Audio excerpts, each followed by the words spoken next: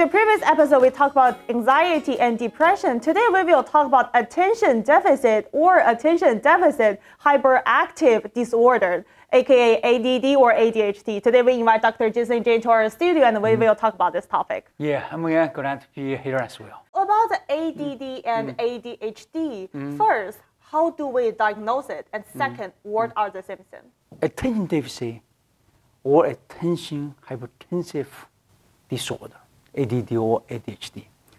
The diagnosis is still based on clinic, based on your history, based on your current presentation, especially based on your current functioning. Then we can consider diagnosis. But first, I want to introduce several cases to help you understand what kind of symptoms patients have and for what reasons patients usually come to see psychiatrists. This one middle-aged man, he was demoted recently. Also had altercations with his wife because she kept blaming him mismanage his family finance. So they come to see me. Initially, we thought he just depressed.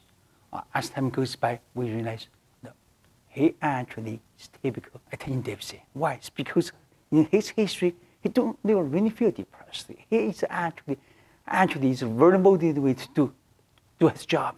He just couldn't do well. So that's why I demoted him. And I also had a problem with his wife. Second, there's a college student who dropped the school twice due to poor grades, while his family forced him to do what it takes to finish college. Since his parents believe that he cannot just make a living on the minimum wage. Well, we know if you want to get a decent early in this country, you have to have a decent education. Bachelor become new normal, right? So they realize why. So this reason come to see psychiatrists. Of course, we also based on history can say he actually also similar like first patient. They really motivated. They really want to do better, and they really want to get what they need to do, but they just couldn't finish the job. Third one is a young couple, probably around 25, 26 years old, come to see me. Actually, it's for marriage counseling. Not just for attention deficit. But when I talk to the husband broken his bones more than 10 times. Why? He said, I don't know. I said, I like to play sports, but that's definitely is not a reason to broken bones, right? Also accused his wife, didn't listen to her. His wife said, no, not because he not listen, he listened, but he just couldn't pay attention. Then I realized actually this couple both have a certain degree of attention deficit. Why? It's because attention deficit, one of the consequences, they will cause problem, frequent injuries. So that causes huge problem. Fourth scenario is there's a mother, age 40 years old. This mother, she actually took her daughter to see a psychiatrist. Pediatrician considered her daughter had a problem with attention deficit. Why? Because her daughter always interrupt his class, did not complete his school homework. Then she thought about her daughter's presentation reminded her when the mother was young, she had similar problems. Oh, wow. Then she realized she needed help. 50, 40 years old adults, when they were young back then, 20, 30 years ago, we don't talk about the attention deficit, don't take it that seriously. But now realize, no, they had the problem even when they were young. Another scenario is very interesting. There's a young single mother. She's been struggling financially because she raised 3 kids without supports.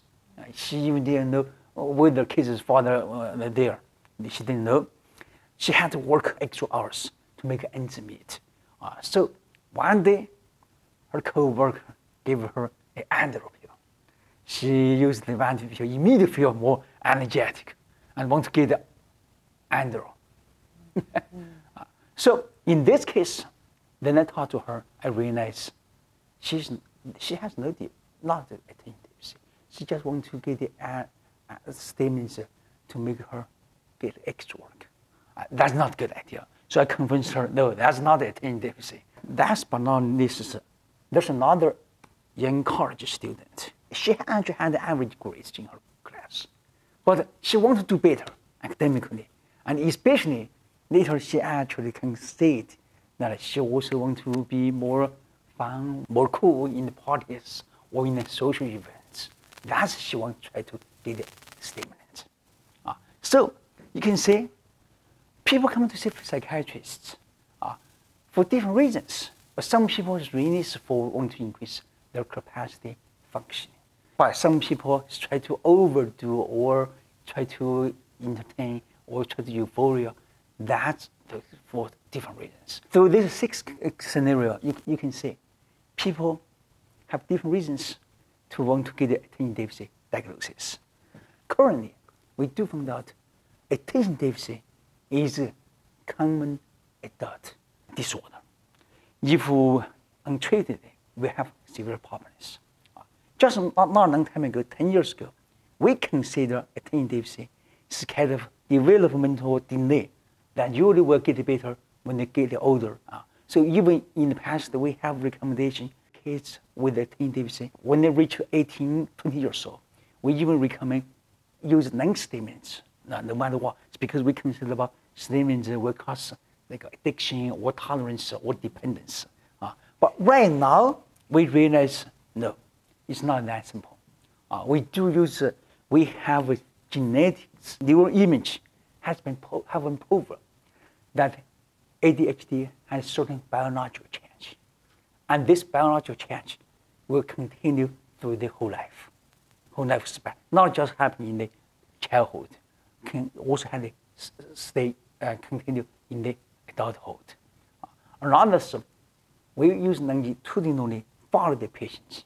We found out 60 to 70% of kids, when they have attention deficit, when they grow up, the problem is not go away, not like we thought. So currently, we have established the ADD, ADHD is one of the common mental health issues in adults. Also, ADHD is lifelong impairing conditions. If untreated, we have severe, profound consequences. First, we found out when patients with attention deficit, if untreated, they will have 1.53 risk of being unintentionally get injury.